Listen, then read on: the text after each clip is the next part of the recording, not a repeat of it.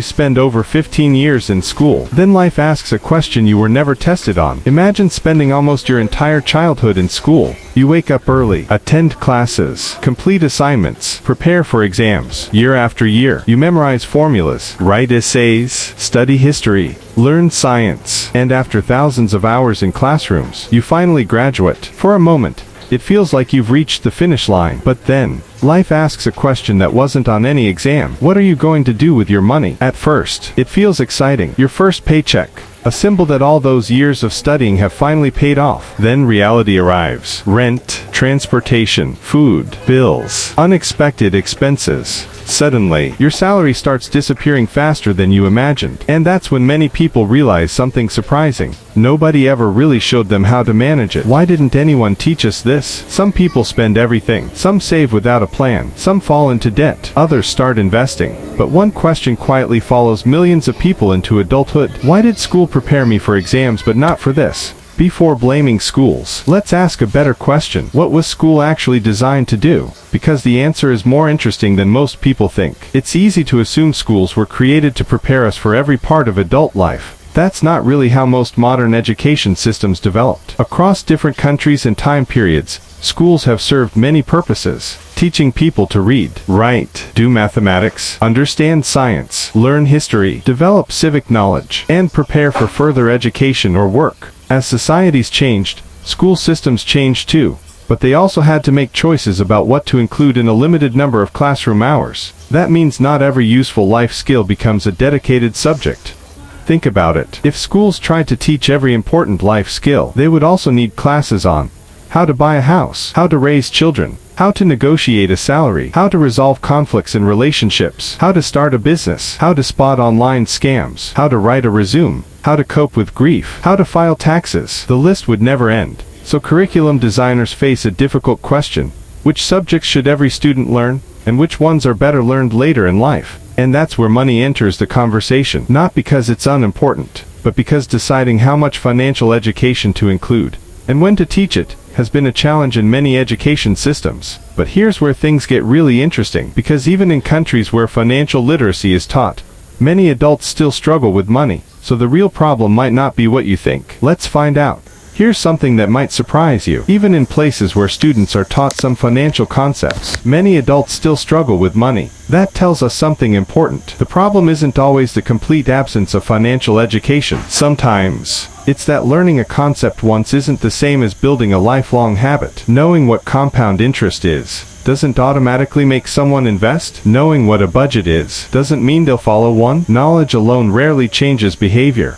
Habits do. Think about it. Most people already know that spending more than they earn isn't sustainable, yet millions still do it. Most people know saving money is important, yet many struggle to save consistently. So maybe the biggest challenge isn't information. It's human psychology. Our brains naturally prefer rewards today over bigger rewards tomorrow. Buying something now feels good. Saving for 10 years doesn't. This tendency has been studied by psychologists and behavioral economists for decades. It's one reason why long-term financial decisions can be so difficult, even when people know what they should do. Now imagine you're 16 years old. A teacher starts explaining retirement planning, investments, insurance, taxes. For many teenagers, those ideas feel incredibly far away when you don't earn money yet. Money lessons can seem abstract. That's one reason educators debate when financial education should be taught, not just whether it should be taught. Some argue students need earlier exposure. Others believe financial lessons become more meaningful when they're connected to real-life experiences. Either way, timing matters. Then something changes. You get your first job, your first paycheck, your first bill, and suddenly, everything you ignored becomes important. You wish someone had explained taxes. You wish someone had explained budgeting. You wish someone had explained debt before you signed that agreement. Life has a funny way of making lessons feel urgent.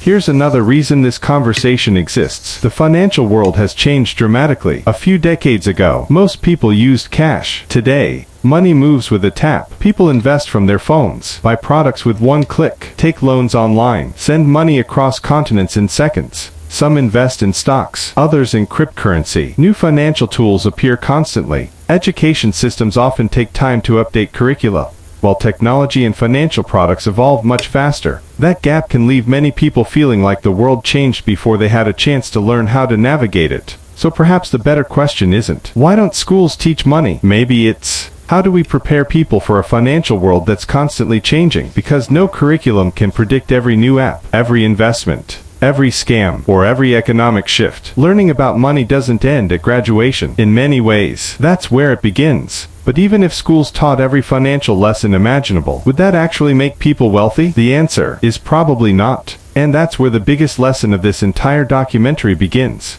Imagine two people. They graduate from the same school, earn similar salaries, live in the same city, face the same economy. 10 years later, one is financially secure, the other lives paycheck to paycheck. What happened? It probably wasn't one big decision. It was hundreds of small ones. The habit of saving before spending, learning a new skill, avoiding unnecessary debt, asking questions, reading books, watching educational videos, seeking advice, making mistakes, and learning from them. Financial success is rarely built in a single moment. It's built through consistent decisions over many years. Here's the truth that many people don't want to hear. School can open doors, but it can't walk through them for you. A classroom can introduce ideas, but it can't make your financial decisions. No teacher can force someone to save. No textbook can stop impulse buying. No exam can guarantee financial discipline. At some point, every adult becomes responsible for continuing their own education. Today, knowledge is more accessible than at any other point in history. You can learn about budgeting, investing, taxes, business, negotiation, economics, from books, podcasts, courses, and yes, free videos on YouTube.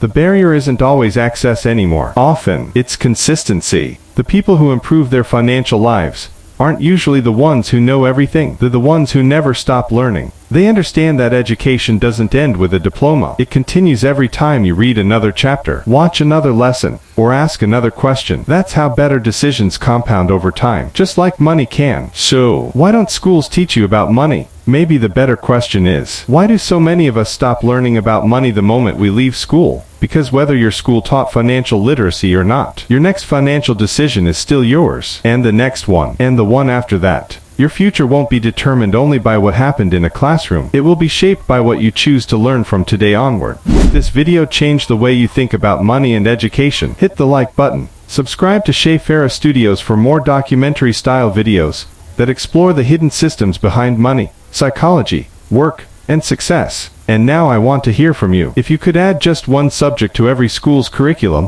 what would it be, and why? Leave your answer in the comments. Some of the most interesting ideas might inspire a future video. Thank you for watching, and I'll see you in the next one.